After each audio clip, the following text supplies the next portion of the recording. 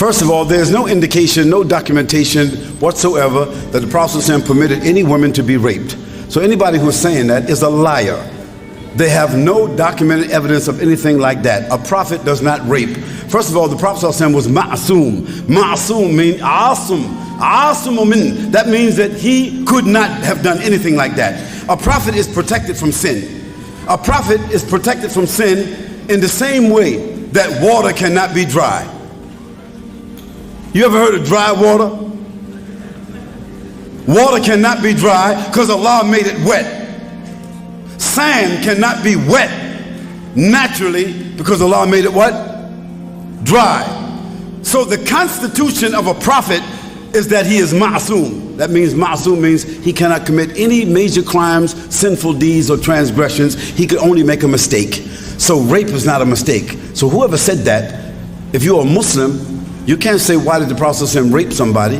Because what you talking about? If it's a non-Muslim asking that, I understand why you're asking that, because you're between the heavens and the earth, you're suspended because of your ignorance. And maybe before you leave here, you know, you'll come down to the earth, you understand me, and understand some things. You won't have to say that again and embarrass yourself. So let's leave that issue about the rape thing.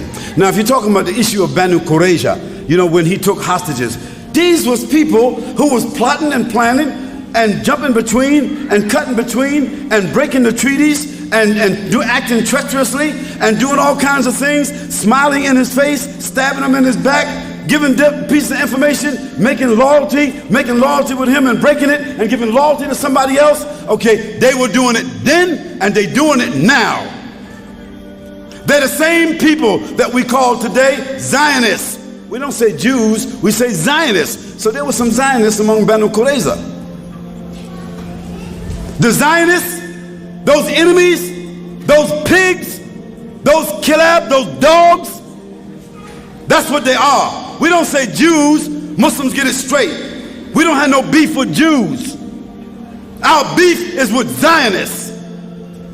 Those are the kilab. Those are the poison people. Those are the treacherous people.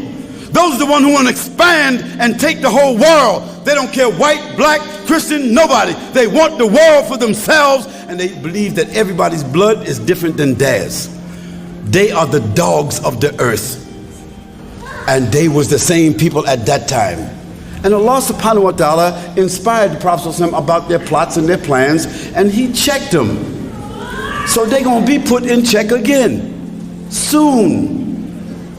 But don't be mixing it up like he was, you know, like the Prophet ﷺ was chopping off heads and rolling in and raping women and taking babies and all that kind of stuff. No, you're talking about the Vikings. Y'all understand the Vikings, right? Yeah, you're talking about the Vikings. You're not talking about the Prophet ﷺ. So don't be believing the stuff that you be reading, because most of the paper that you're reading it should be in the bathroom. You feel me? You know what kind of paper's in the bathroom. So did I answer that question? About slavery. Oh, let's take the issue of slavery. First of all, brothers and sisters, you know, you can't take the word slavery without understanding where it arrived from. So it's one thing to invade somebody and just take them as slaves. Did the Prophet ever do that? Did he invade somewhere and take somebody as a slave? No. He encountered people on the battlefield, and if he won, they became what? Hello? No. They became captives of war. Captives of war mean that they become hostages, right? But Allah subhanahu wa ta'ala said to us how you got to treat the hostage. You got to feed them like you feed yourself, right? You can't do no injustice to them. You got to clothe them. You got to make them safe. And you can't take them hostage unless you can take care of them and protect them. Is that what Allah said? So it's a different kind of hostage, isn't it? Now, when a person moves from captive to hostage to slave, slave doesn't mean the same like they did to my people in America. See, the devils who did that, that was institutional slavery. There was no institutional slavery among the Arabs. The Romans, they had institutional slavery. The Greeks, they had institutional slavery.